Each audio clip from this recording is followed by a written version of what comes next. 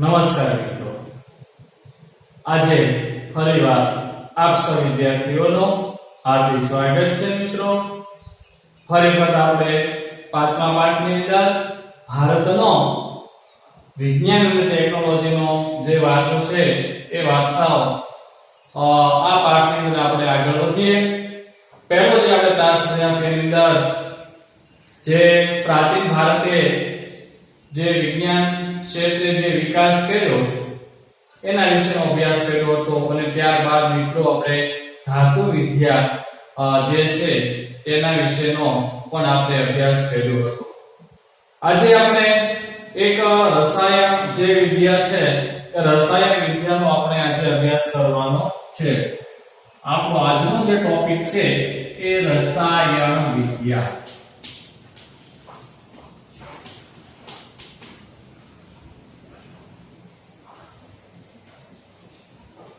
રસાયણ વિદ્યા તો રસાયણ શાસ્ત્ર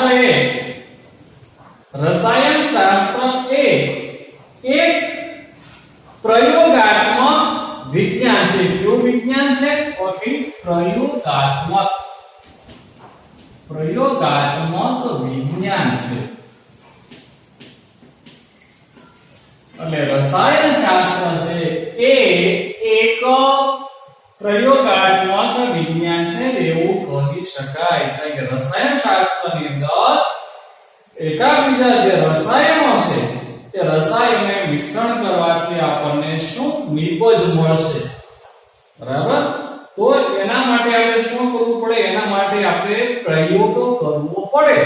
જો પ્રયોગ કરીએ તો જ આપણને ખબર પડે કે એક વસ્તુને બીજી વસ્તુ સાથે જો ભેળવવામાં આવે તો આપણને નિપજ તરીકે શું મળે.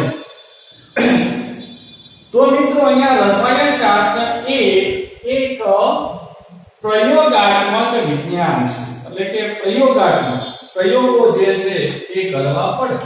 એક રસાયણને બીજા રસાયણ સાથે જો મિશ્રણ કરવામાં આવે, ભેળવવામાં આવે તો આપણને કોઈ અન્ય નિપજ આપણને મળે છે. એટલે આવું એક રસાયણ જે શાસ્ત્ર છે. એટલા માટે આપણે રસાયણ શાસ્ત્રને એક પ્રયોગાત્મક વિજ્ઞાન કહેશું. આ વિદ્યા ખનિજ, ત્યાર પછી છોડ, ત્યાર પછી કૃષિ માટેના બીજ, વિવિધ પ્રકારની જે ધાતુઓ છે, ધાતુઓનું નિર્માણ કે પછી તેનું પરિવર્તન તથા સ્વાસ્થ્યની દ્રષ્ટિએ જરૂરી જે ઔષધિઓ છે એ જરૂરી ઔષધિઓના નિર્માણમાં ઉપયોગી છે. તો આપણે કેવું તો કહી શકીએ કે આ વિદ્યા એટલે કઈ વિદ્યા? તો કે રસાયણ વિદ્યા. તો આપણે લખશું કે આ વિદ્યા શેના નિર્માણ માટે ઉપયોગી છે? તો લખશું આ વિદ્યા એટલે કે રસાયણ વિદ્યા જે છે એ વિવિધ ખનિજો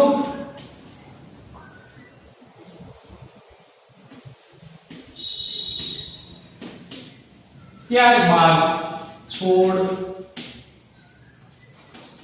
કૃષિ માટેના બીજ, ત્યાર પછી વિવિધ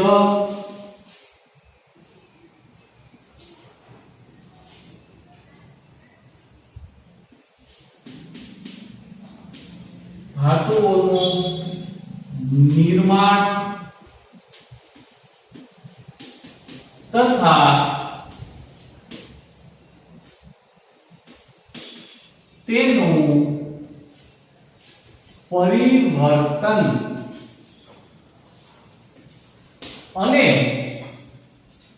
સ્વાસ્થ્યની દ્રષ્ટિએ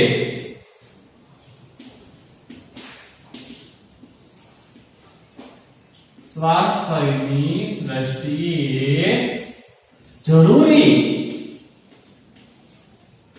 ઔષધિઓના નિર્માણમાં ઉપયોગી છે.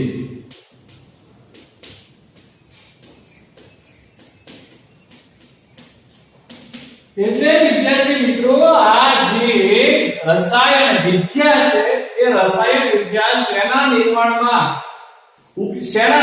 માટે શું બનાવવા માટે ઉપયોગી છે તો એનો ઉપયોગ ક્યાં ક્યાં છે જો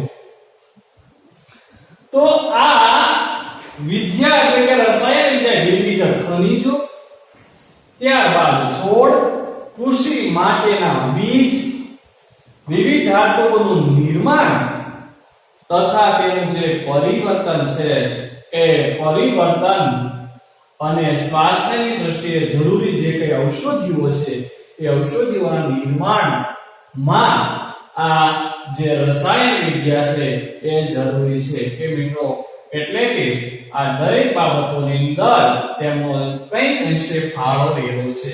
જો આપણે ખનિજોનું નિર્માણ કરવું હોય, કોઈ છોડનો ઉછેર કરવો હોય, કોઈ કૃષિ માટેના બીજનું નિર્માણ કરવું હોય, વિવિધ ધાતુઓનું નિર્માણ કે પછી તેનું પરિવર્તન અને સ્વાસ્થ્યની દ્રષ્ટિએ જે કંઈ જરૂરી જે ઔષધિઓ છે એના નિર્માણમાં મિત્રો એ ઉપયોગી છે.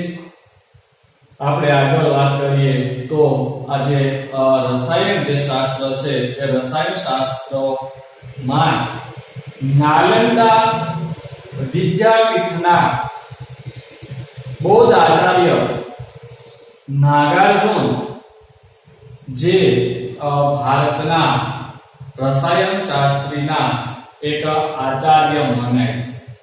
તો આપણે વાત કરીએ તો જે રસાયણ શાસ્ત્રીઓ જે છે એ રસાયણ શાસ્ત્રીઓમાં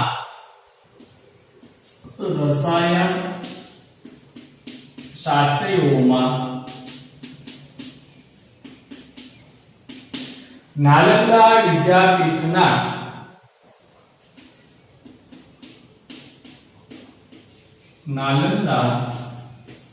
વિદ્યાપીઠના બૌદ્ધ આચાર્ય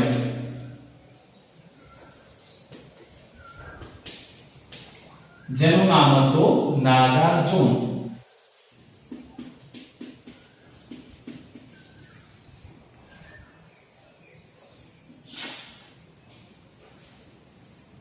ભારતીય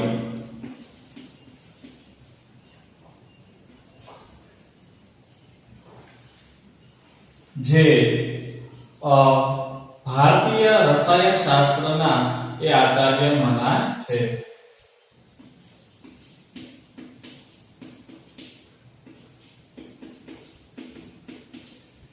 આચાર્ય મનાય છે એટલે મિત્રો અહીંયા જો ભારતીય રસાયણ શાસ્ત્ર જે છે એ શાસ્ત્રના આચાર્ય કોણ મનાય છે તો કહેશું કે નાગાર્જુન જે નાલંદા વિદ્યાપીઠના એક બૌદ્ધ આચાર્ય હતા. પણ આપણે કેવું તો કહી શકાય કે જે રસાયણ શાસ્ત્રીઓ છે એ રસાયણ શાસ્ત્રીઓમાં નાલંદા વિદ્યાપીઠના બૌદ્ધ આચાર્ય નાગાર્જુન ભારતીય રસાયણ શાસ્ત્રના આચાર્ય મનાય છે. તો આ નાગાર્જુને બૌદ્ધ આચાર્ય નાગાર્જુને કયા ગ્રંથોની રચના કરી છે એની આપણે જે છે એ વાત કરીએ તો એમણે રસ રત્નાકર અને આરોગ્ય મંજરી જેવા જે ગ્રંથો છે એ ગ્રંથો લખ્યા છે. તો આપણે લખશું કે ભાઈ એમણે યાદ રાખજો વિદ્યાર્થી મિત્રો કે આ રસાયણ શાસ્ત્રી જે બૌદ્ધ આચાર્ય નાગાર્જુને કયા ગ્રંથોની રચના કરી, કયા ગ્રંથો લખ્યા. તો આપણે લખશું કે એમણે જે છે કે રસ રત્નાકર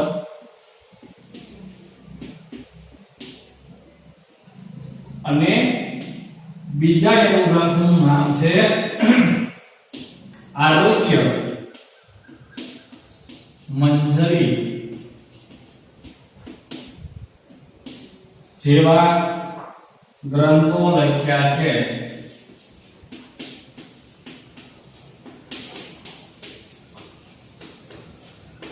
તો મિત્રો અહીંયા બૌદ્ધ આચાર્ય નાગાર્જુને જે બે ગ્રંથોની રચના કરી છે એનો ઉલ્લેખ આપણે અહીંયા કર્યો છે. તો એક એમણે રસ રત્નાકર અને આરોગ્ય મંજરી જેવા જે ગ્રંથો છે ગ્રંથો તેમણે લખ્યા છે. હવે આપણે જોઈએ તો આચાર્ય નાગાર્જુને જે વનસ્પતિ જે ઔષધિઓ છે એ વનસ્પતિ ઔષધિઓની સાથે સાથે જે રસાયણ ઔષધિઓ છે એ પણ વાપરવાની જે ભલામણ છે એ નાગાર્જુને કરી. તો આપણે લખી શકાય કે આચાર્ય નાગાર્જુને વનસ્પતિ ઔષધિઓની સાથે સાથે જે રસાયણ ઔષધો છે એ વાપરવાની ભલામણ કરી હતી. તો મિત્રો આપણને આ વનસ્પતિ જે ઔષધિઓ છે એની સાથે રસાયણ જે ઔષધિઓ છે એ ઔષધિઓ વાપરવાની ભલામણ કોણે કરી હતી? તો કહી શકાય કે એની જે ભલામણ છે એ બૌદ્ધ આચાર્ય નાગાર્જુને કરી હતી. તો આપણે લખી શકાય કે આચાર્ય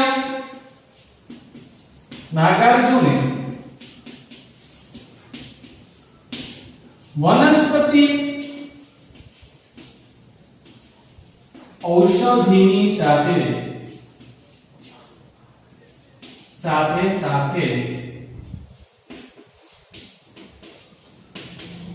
રસાયણ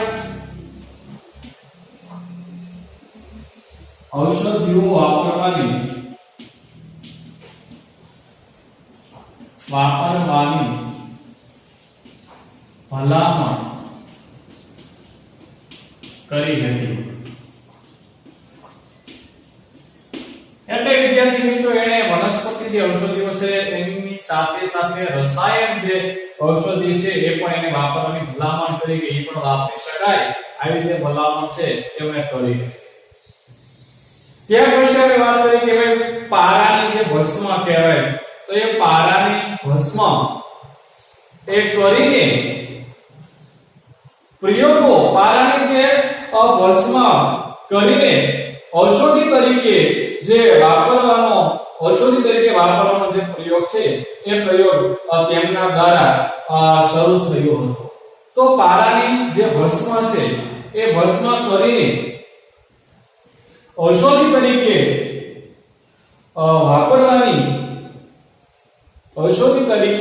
વાપરવાનો જે પ્રયોગ છે એ પ્રયોગ પણ તેમના દ્વારા એ શરૂ કરવામાં આવ્યો એવું પણ આપણે કહી શકાય.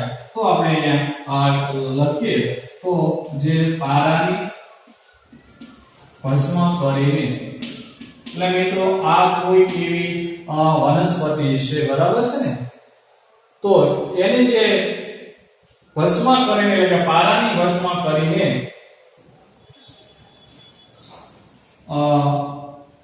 ઔષધિ તરીકે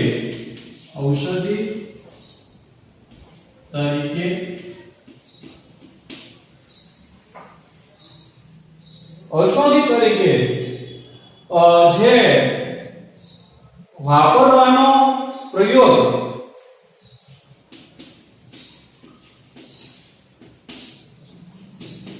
થયો તેમના દ્વારા કરવામાં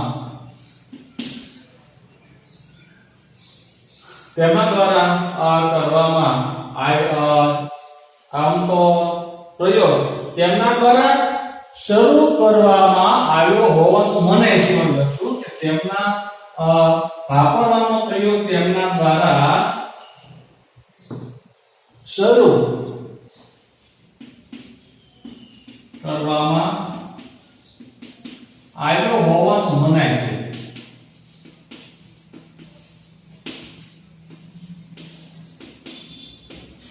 એટલે નાગાર્જુને પારાની જે ભસ્મ છે એ ભસ્મ કરીને ઔષધિ તરીકે વાપરવાનો જે પ્રયોગ છે એ પ્રયોગ તેમના દ્વારા શરૂ કરવામાં આવ્યો હોવાનું મનાય છે. નાલંદા જે વિદ્યાપીઠ છે એ વિદ્યાપીઠમાં રસાયણ વિદ્યાના અભ્યાસ અને તેના સંશોધન માટે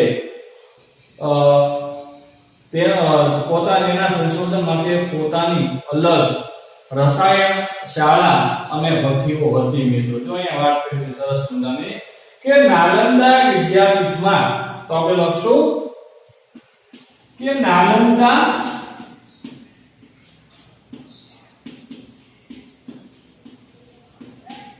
વિદ્યાપીઠમાં રસાયણ શાસ્ત્રનો અભ્યાસ અને સંશોધન માટે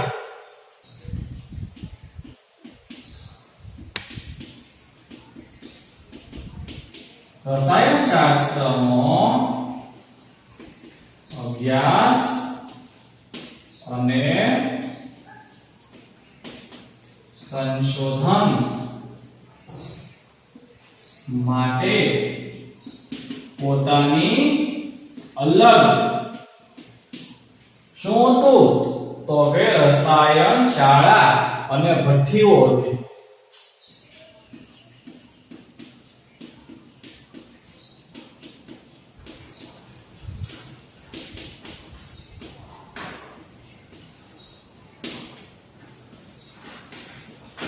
ભઠ્ઠીઓ એટલે મિત્રો આ રસાયણોને બનાવવા માટેનું કોઈ એવી ભઠ્ઠી, બરાબર ને, ઉકાળવા માટેની, ગરમ કરવા માટેની, જેને આપણે કહીશું ભઠ્ઠી. તો નાલંદા વિદ્યાપીઠમાં રસાયણ શાસ્ત્ર જે છે, રસાયણ શાસ્ત્રનો અભ્યાસ અને રસાયણ શાસ્ત્રના સંશોધન માટે પોતાની અલગ એવી રસાયણ શાળાઓ અને જે ભઠ્ઠીઓ છે એ ભઠ્ઠીઓ હતી. તો મિત્રો આચાર્ય નાગાર્જુને આ નાલંદા જે વિદ્યાપીઠ છે, નાલંદા વિદ્યાપીઠમાં આ રસાયણ શાસ્ત્રના અભ્યાસ અને સંશોધન માટે પણ એમણે પોતાની અલગ એવી રસાયણ જે શાળાઓ છે અને જે ભઠ્ઠીઓ છે, ભઠ્ઠીઓ પણ તેમાં હતી નાલંદાની અંદર એવું કહેવાય છે. રસાયણ શાસ્ત્રોના જે ગ્રંથો છે એ ગ્રંથોમાં મુખ્ય રસ, ઉપરસ,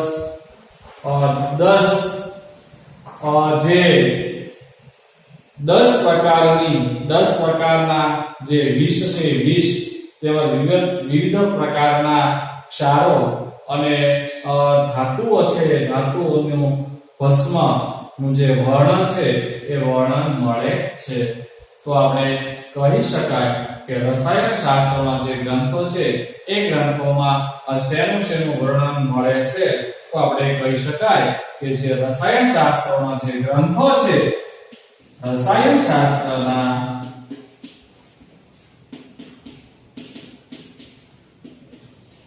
જે ગ્રંથો છે તેમાં આપણે વાત કરીએ તો તેમાં મુખ્ય રસ, ત્યાર પછી ઉપરસ,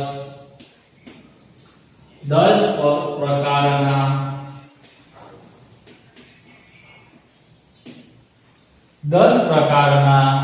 વિષ એટલે ઝેર થાય. શું થશે વિદ્યાર્થી મિત્રો? વિષ એટલે ઝેર. 10 પ્રકારના જે વિષ કહેવાય, 10 પ્રકારના ઝેર. ઝેરના કેટલા પ્રકાર છે અહીંયા? તો કે ઝેરના એટલે કે વિષના છે એ 10 પ્રકારો છે.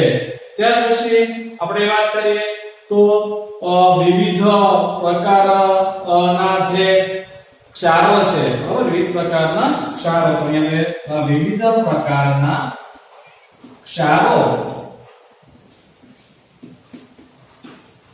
અને ધાતુઓ જે છે એ ધાતુઓનું ભસ્મ કરીને,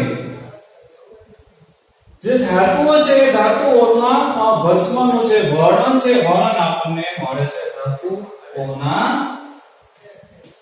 ભસ્મનું વર્ણન મળે છે.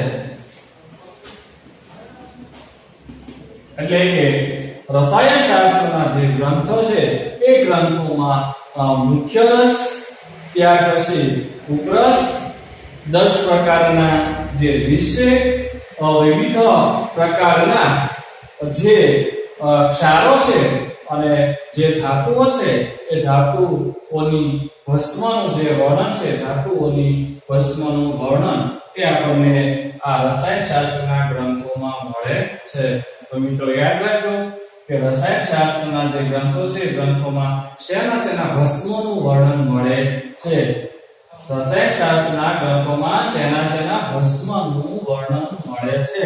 તો આપણે કહી શકાય કે રસાયણશાસ્ત્રોમાં જે મુખ્ય રસ છે, ઉપરસ, 10 પ્રકારના વિષ અને વિવિધ પ્રકારના ક્ષારો અને ધાતુઓની ભસ્મનું જે વર્ણન છે એ વર્ણન મળે છે. હવે રસાયણ વિજ્ઞાનની ઉત્કૃષ્ટતા જે છે એ ઉત્કૃષ્ટતા તો જે ધાતુઓ છે એ ધાતુઓમાંથી બનાવવામાં આવેલી ભગવાન જે બુદ્ધની જે મૂર્તિઓ છે એ દ્રશ્યમાન થતા જ આપણને એના વિશેની જે માહિતી છે એ મળે છે.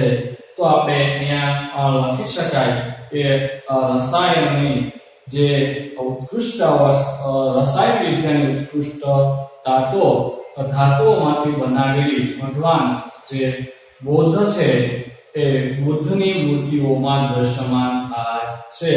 તો આપણે નવો પોઈન્ટ લખીએ કે રસાયણ વિજ્ઞાનની ઉત્કૃષ્ટતા તો ધાતુમાંથી બનેલી ભગવાન બુદ્ધની મૂર્તિમાં અથવા મૂર્તિઓમાં દ્રશ્યમાન થાય છે. દ્રશ્યમાન થાય છે એટલે જોવા મળે છે. એટલે મિત્રો અહીંયા રસાયણ વિજ્ઞાનની જો આપણે ઉત્કૃષ્ટતા જોવા જઈએ તો આપણને ધાતુઓમાંથી બનાવેલી ભગવાન જે બુદ્ધની જે મૂર્તિઓ છે એ મૂર્તિઓમાં આપણને જોવા મળે છે. ઉદાહરણ આપણે જોઈએ, બરાબર ને? તો ઉદાહરણ તરીકે આપણે કહેવું તો કહી શકાય કે 7.5 ફૂટ ઊંચી અને 1 ટન વજનની ભગવાન બુદ્ધની જે પ્રતિમા છે એ આપણને સુલતાનગંજ જે છે એ બિહારમાં આવેલું છે. બિહારમાંથી આપણને પ્રાપ્ત થાય છે. તો આપણે આગળ લખવું હોય તો લખી શકીએ કે આગળ આપણે થોડુંક લખી લઈએ.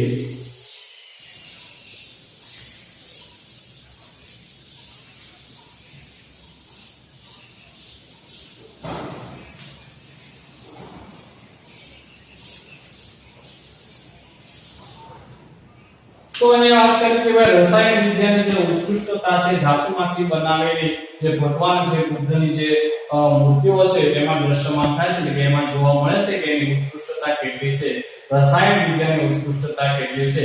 હવે આપણે એના જોઈએ તો કે ભાઈ 7.5 ફૂટ ઊંચી, કેટલી? 7.5 ફૂટ ઊંચી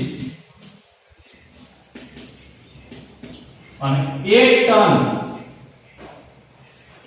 જે વજન છે એ વજન ધરાવતી ભગવાન બુદ્ધની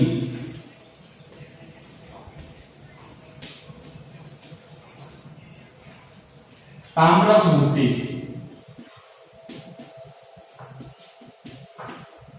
સુલતાન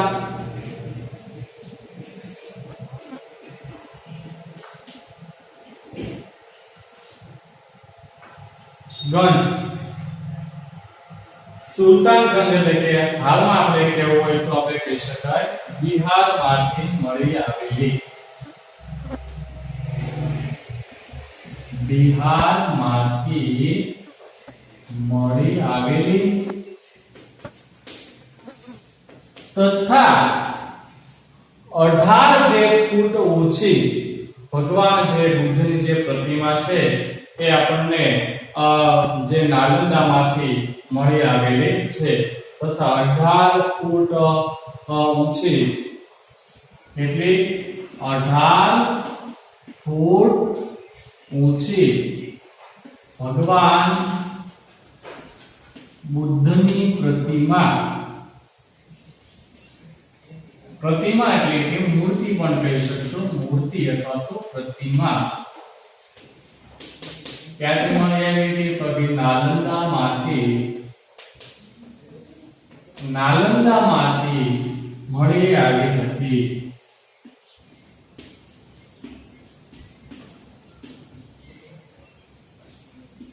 હવે આપણે આગળ જોઈએ તો 24 ફૂટ ઊંચો અને 7 ટન વજનનો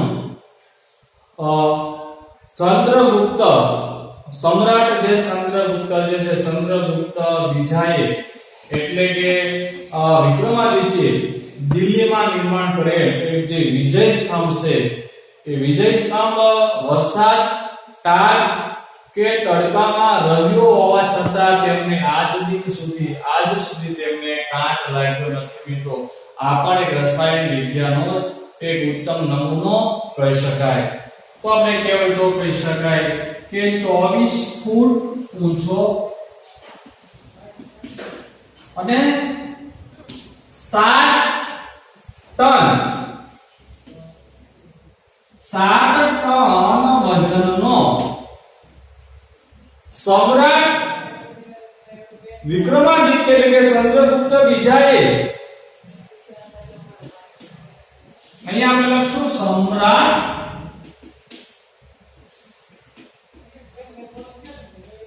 ચંદ્રગુપ્ત બીજો એટલે કોણ? તો એક વિક્રમાદિત્ય, બીજું નામ હતું વિક્રમાદિત્ય. દિલ્હીમાં નિર્માણ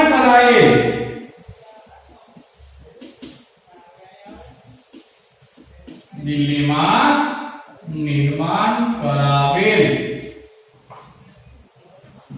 વિજય સ્તંભ, કેવો સ્તંભ? વિજય સ્તંભ. વિજય સ્તંભને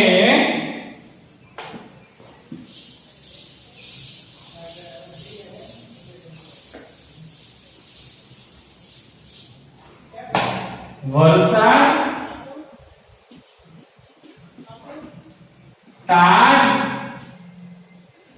અને જે તડકો છે તડકામાં રહેવા છતાં, બરાબર ને, કે તડકામાં રહેવા છતાં તડકામાં આટલા વર્ષ સુધી રહ્યા છતાં મિત્રો તેમને કાંટ લાગ્યો નથી. તડકામાં આટલા વર્ષ સુધી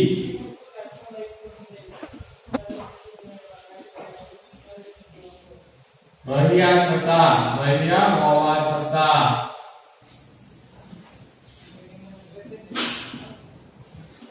કાંટ લાગ્યો નથી. વિદ્યાર્થી મિત્રો વિચારો તમે,